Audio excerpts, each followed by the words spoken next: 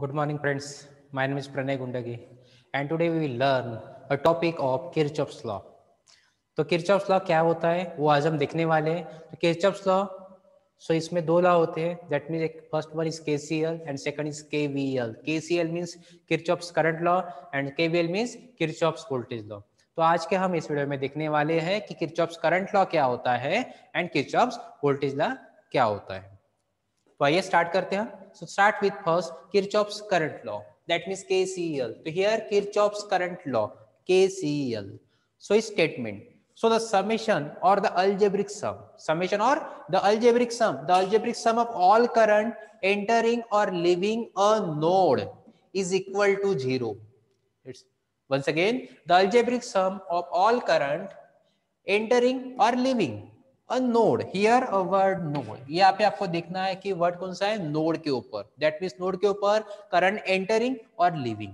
Okay, so current entering और leaving a node is equal to 0. ये हमेशा क्या होता है, 0. So we can write as a, in mathematical way we can write as a summation of, that means algebraic sum of all current, that means current I is equal to 0.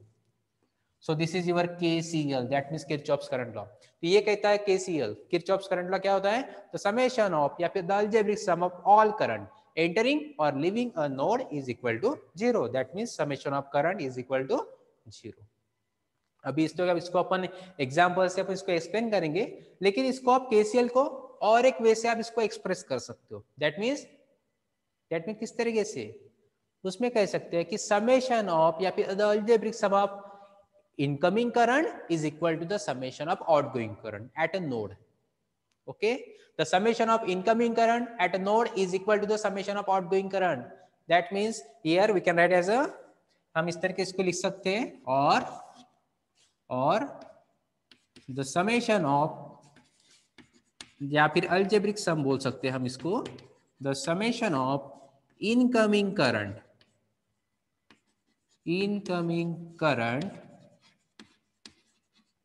is equal to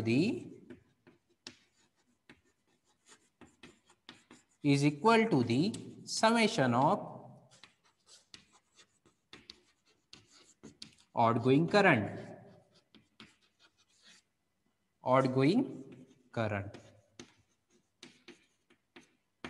So we can write as a mathematical way. इसको mathematical वे से लिख सकते हैं. That means summation of, this is the symbol of summation, incoming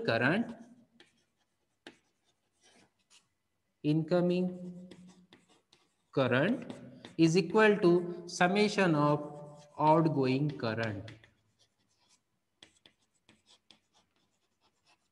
okay, eight node. तो यहाँ पे आपको लिखना पड़ेगा एट अ नोड.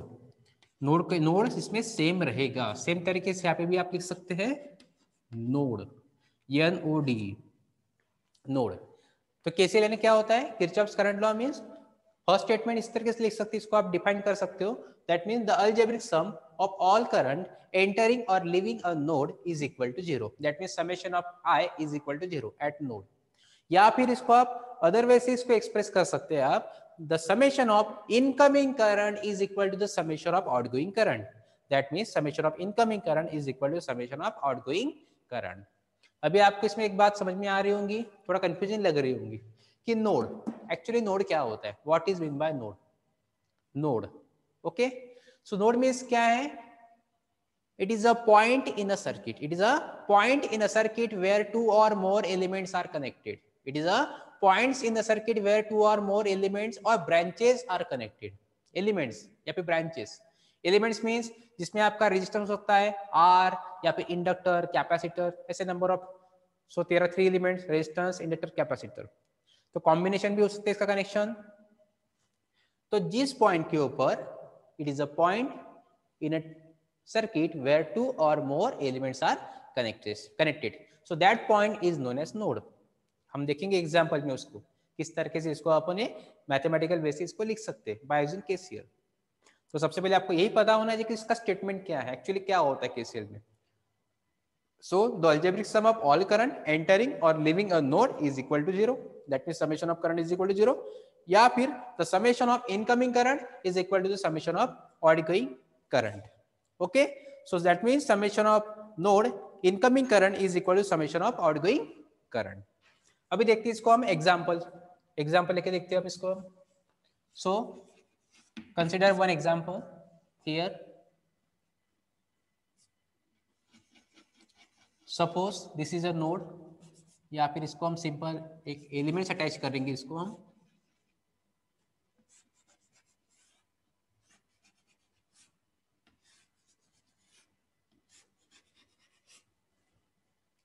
तो इसमें आप देख सकते हैं यहाँ पे कि number of elements are connected at this point. तो ये जो पॉइंट्स है इसको कहेंगे हम नोड, इस पॉइंट को कहेंगे हम node. So node means it is a point in a circuit where 2 और मोर एलिमेंट्स आर कनेक्टेड। अभी आपको इसमें दिख रहा है कि there are number of 5 elements are connected. तो अभी इसमें करंट की डायरेक्शन अपन एज्यूम कर लेते हैं, this is I1, here I2, then third I3, I4 and I5। तो अभी एग्जाम्पल दिए, इसमें एग्जाम्पल में आपको एक नोड दिखा है और नोड में नंबर ऑफ एलिमेंट्स अटैच किए और वहां पे एक नंबर ऑफ करंट्स दिखा दिए, because number of currents are flowing from each branch, क्योंकि इसमें क्या होगा, हर ब्रांच में से करंट फ्लो होगा। तो अभी देखते हैं इसको अपन लिखना है बाय यूजिंग केसीएल से, अकॉर्डिंग टू केसीएल। तो हम यूज करेंगे simple way, that means second statement, that means summation of incoming current is equal to summation of outgoing current. इसके हिसाब से हम इसको मैथमेटिकल वे से हम लिखेंगे। सो अकॉर्डिंग टू केसीएल या फिर bye using KCL, Kirchhoff's current law, that mean summation of incoming current is equal to summation of outgoing current,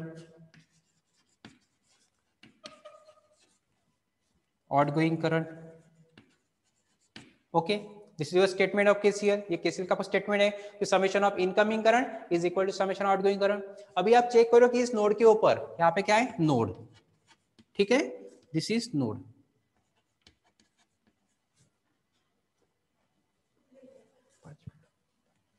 सो यहाँ पे देखो आप, summation node at node incoming current is equal to summation node outgoing current. तो अभी आप check करो कि यहाँ पे जो नोड है इसके ऊपर इनकमिंग करंट कौन कौन से आ रहे हैं, इनकमिंग करंट कितने करंट यहाँ पे इनकमिंग हो रहे हैं इस पॉइंट के ऊपर। देखो यहाँ पे I1 ये इनकमिंग करंट है, तो यहाँ पे लिखेंगे अपन I1, ओके, इनकमिंग करंट के साइड पे। देन हियर I2 ये आउटगोइंग में जा रहा है, इसको छोड़ दो आप, पहले इनकमिंग करंट देखते हैं हम। उसके बाद I3 ये बाहर जा रहा है, दैट मींस आउटगोइंग हो गया। देन I4 क्या हो रहा है, इनकमिंग आ रहा है, नोड के पास आ रहा है। तो समेशन करना आपको, इसका क्या करना है, समेशन मींस एडिशन। सो I1 प्लस I4।